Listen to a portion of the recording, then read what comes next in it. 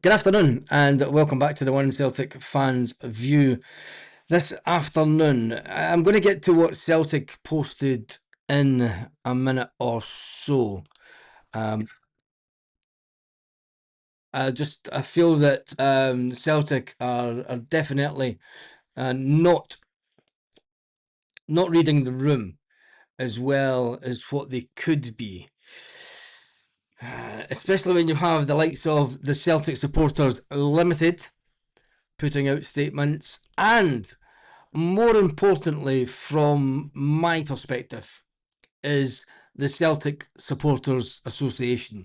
The Celtic Supporters Association are the organisation behind every single bus, every single Celtic supporters club, every single Celtic supporter that gets tickets for Hampden through their buses, etc.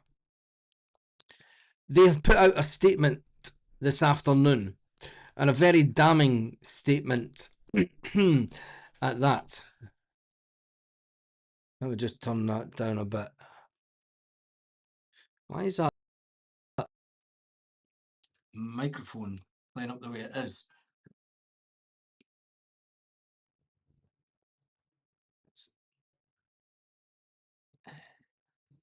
Oh, I've just lost everything, haven't I? We have lost the microphone altogether.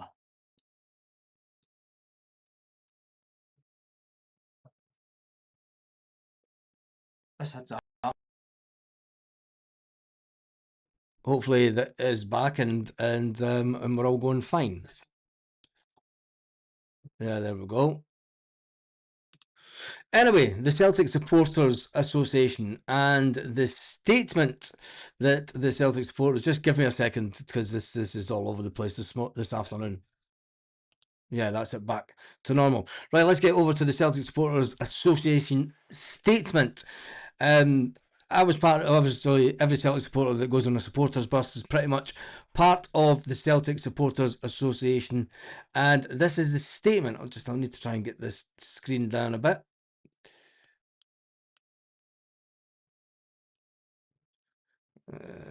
Put this up there and try and get the whole statement in. God, well prepared for this, isn't it? All the screens all changed and everything was a bit of a cock up. Anyway, the association statement says the Celtic Supporters Association has watched with increasing alarm the current state of affairs at Celtic Football Club, particularly in relation to transfer business and recent comments attributed to the CEO, chairman, and manager at our recent meetings with our friends in the Association of Irish Celtic Supporters. That this statement is being issued just 2 months after heroic efforts of Martin O'Neill, his coaching staff and the players in securing the league and the cup double against the odds is barely unbelievable. It is not something the association does lightly or without considerable thought. The current playing squad is clearly well short of what Celtic supporters, players, and the management team demand if we're to compete on all fronts domestically and challenge at the highest level of European football. It should be the ambition at the beginning of every season. Close to 60 days now have passed since we secured the league title against Hearts. Yet the club has added only one player to the squad who was not here last season. This weekend, supporters also learned that those responsible for our transfer business have been allowed two key components of that famous winning title side to leave, despite public comments from both players themselves and the manager indicating a clear desire for them to remain at Celtic. It is evident to the supporters the responsibility of these failings lie with those tasked with concluding the deals, strengthening the playing squad, and namely the executive team, the club's major shareholder, Dermot Desmond. Recent comments from Michael Nicholson, which appeared to cite agent fees, the financial power of the English Premier League and the Championship, even living in Glasgow, is why Celtic struggle to compete and complete transfer business in an orderly and timely fashion, only serve to reinforce supporters' concerns rather than inspiring confidence. Those remarks highlight an executive team that appears to be unable to overcome the challenges of the modern transfer market.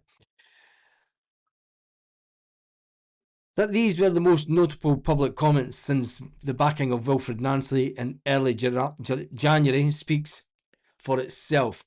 We also remain in an extraordinary position of having Brian Wilson acting as interim chairman following the departure of Peter Lawwell, with no clarity over the long-term leadership of the board. Equally concerning is the continued absence of any move to appoint a head of football operations following the dismissal of Paul Tisdale. Continued silence surrounding almost every aspect of the football club remains a source of deep frustration for supporters. Often too, important developments affecting the club, the playing squad, these often emerge through players' agents or sections of the Scottish media, where the club communications instead focusing on encouraging supporters to spend more money on merchandise, training wear, season tickets, pre-season friendlies, Celtic TV subscriptions, just to name a few. It is increasingly apparent that no meaningful lessons have been learned from the shambolic handling of last season, a campaign which saw the major shareholder publicly criticise the previous manager through the club channels. 4 separate changes into the management team, the premature closure of the club's AGM, and yet another failure to conduct transfer business effectively ultimately resulted in our Champions League exit and left Celtic just 10 minutes away from surrendering the league title to Hearts last season. The club continues to operate under a model that is clearly no longer fit for purpose. The football environment of 2026, the major shareholders' grip over the decision making, is suffocating the club and leaves dry day-to-day operations in a continued state of uncertainty, with an executive team that is, by its own admission, unable to provide the manager with the best possible tools to succeed. At a time where every supporter should be looking forward to a new season with hope and optimism, many instead face it with growing concern. Key players continue to attract interest, transfer business remains painfully slow, and the squad will start well short of the quantity and the quality required to achieve sustained success. The Celtic Supporters Association has no desire to see a repeat of the supporters' unrest witnessed last season. We want a united support behind the team and the manager as another campaign begins. However, we cannot ignore what is becoming an all too familiar pattern of inaction, poor leadership, and a failure to communicate openly with the people who invest more in this football club than anyone else, its supporters. Joe Gallagher, Interim General Secretary, Celtic Supporters Association. For the Celtic Supporters Association to, out of nowhere, put out this statement today, especially when the Celtic Supporters Association, they're in summer mode. They're in let's see what happens mode. This is a warning to the club, not from me, but from the biggest organisation of Celtic fans themselves. The Celtic Supporters Association are bigger than the collective. They are bigger than the Celtic Trust. These are thousands It's a collective of thousands and thousands of fans. These are speaking for people who buy their season tickets, who go to every home and away game, who go to European away games. This is the lifeblood of the club. This isn't just people that turn up for the good times. These people have been involved with the club and the support for a very long time. Where did the club go from here? Other organisations today have put out communications to back up this statement from the CSA.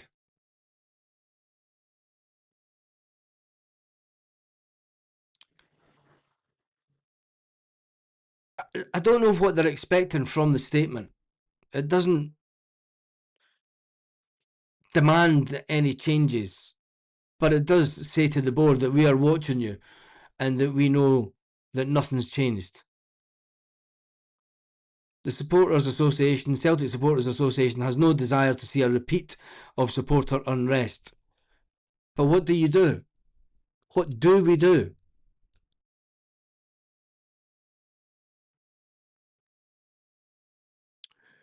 I'm just reading some of the comments. I feel as if we're stuck in the 1990s. Yesterday was really tough to watch.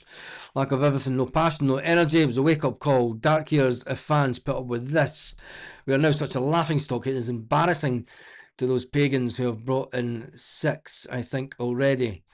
Not loans, but actual purchases. In repeat of that, yesterday afternoon, the Celtic Supporters Limited, they put out their own personal statement saying that the Celtic supporters, I'll put it on the screen, I'll just double check this for a second.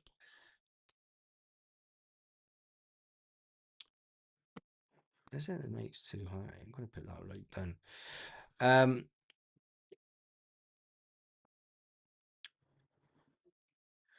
The CSA are in consistent contact with the Celtic board, then releasing the statement is damning on the boards. Yes, it is.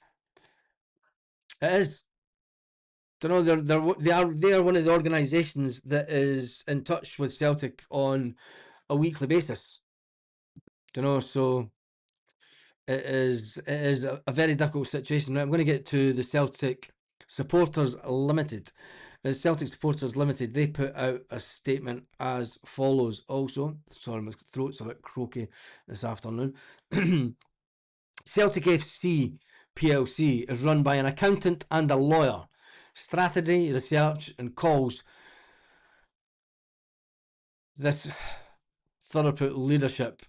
Optimise for cost and caution, never growth. 77 million in the bank and the team unbacked. This is not a glitch. It's their model working as designed. Throughput leadership is a fancy term for a simple problem. The people in charge mean success by the money that they keep, not by the trophies that they win. Fine for the bank, fatal for the football club.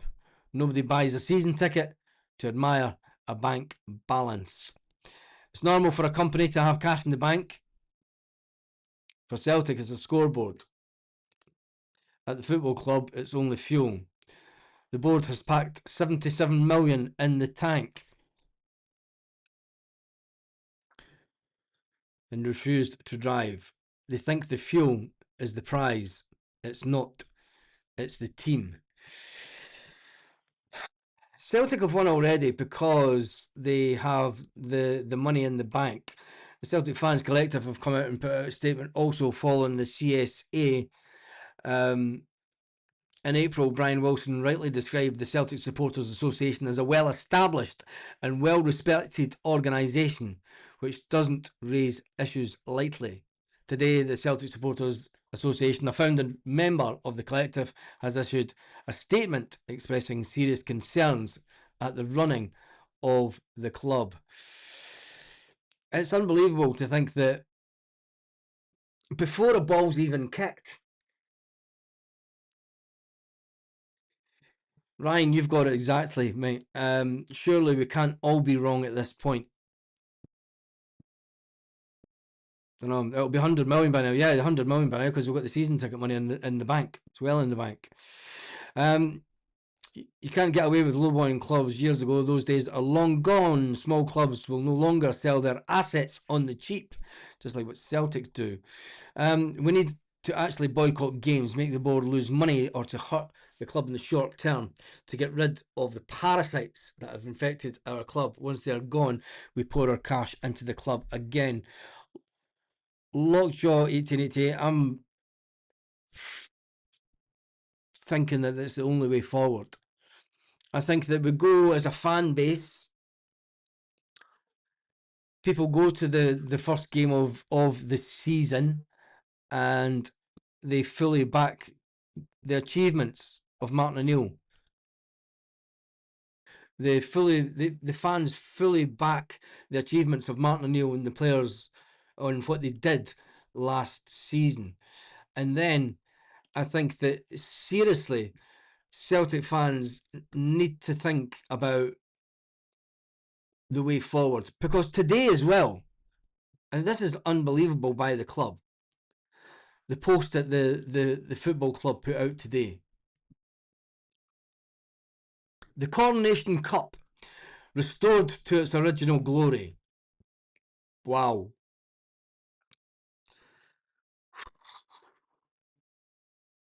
Wow. Somebody got the brass on it. Thank God we wouldn't have slept tonight if we had a low-grade polished trophy in the cabinet.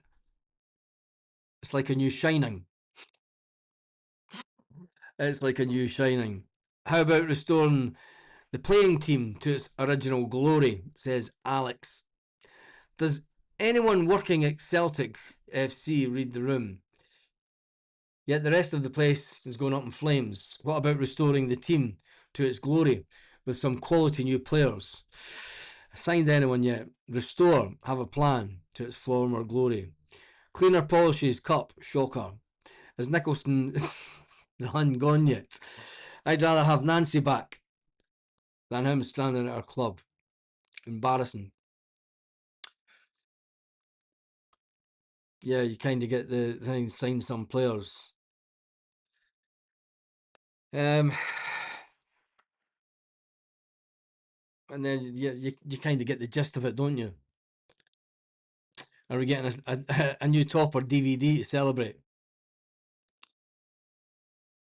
And then you kind of get the gist of the fans online. It's unbelievable. The Celtic fans have to do something. It's not up to me to say what. It's up to the Celtic Fans Collective. It's up to the Celtic Supporters Association. It's up to the Celtic Supporters Limited. It's at times like this you wonder where Brian Dempsey is. Him and Paul McStay did their wee stint around Celtic supporters clubs at the end of last season, and then it's all went quiet. When the shit hits the fan, it's too late. It's far too late. Action is needed. I don't know what the action would need to be. Personally, the action that I'd like to be would I'm not going to say it on here because I then get people just say that I'm demanding that fans do this, that pay their money and go to games, even though we've got family season tickets and I'll be back next season.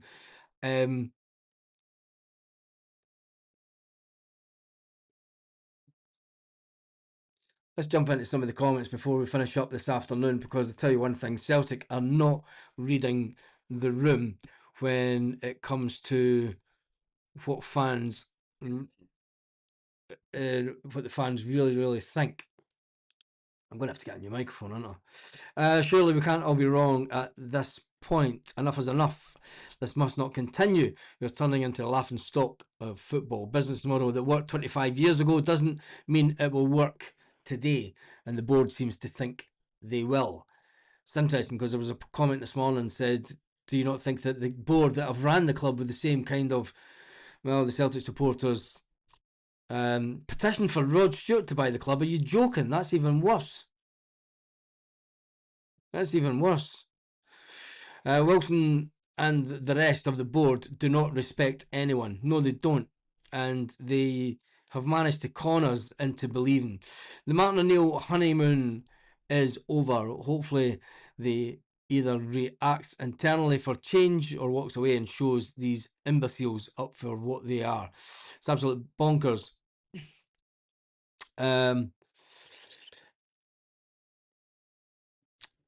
He won us the league last year. At the end of last season, mate. Yeah, I know he won his league at the end of last season. I don't know where you're going with that one. Anyway, right, that is me done and dusted for this live. I think that it's going to be an interesting couple of days when it comes to Celtic. Celtic seem to think that if they announce a player, it'll be all nice, fine, and dandy. Paul Bear says they don't give a damn. Right now, do you think any player will want to come here with how things are going? No. Love the new strip, but I refuse to buy 4 this season and 4 season tickets. For me, the Waynes, yeah. I take Kyogo back. I wouldn't take Kyogo back. Anyway. I'd say have a fantastic afternoon, but Celtic are making sure that we'd have anything but fantastic at the moment. So I shall see you tomorrow morning, and hopefully we'll have some more better news, even though there is transfer rumours going around that Julian Araujo may want to come back to Celtic, and there's a couple of other players that Celtic have seemingly relight my fire. Is that not a Take That song? Anyway, it was another song before then, wasn't it? Yeah, there's a couple of other players that Celtic have been linked with before that we've been linked with again. Just the same old, isn't it? It's just going round in circles. But I'll personally say have a fantastic day, Celtic fans, wherever you are, all around the world.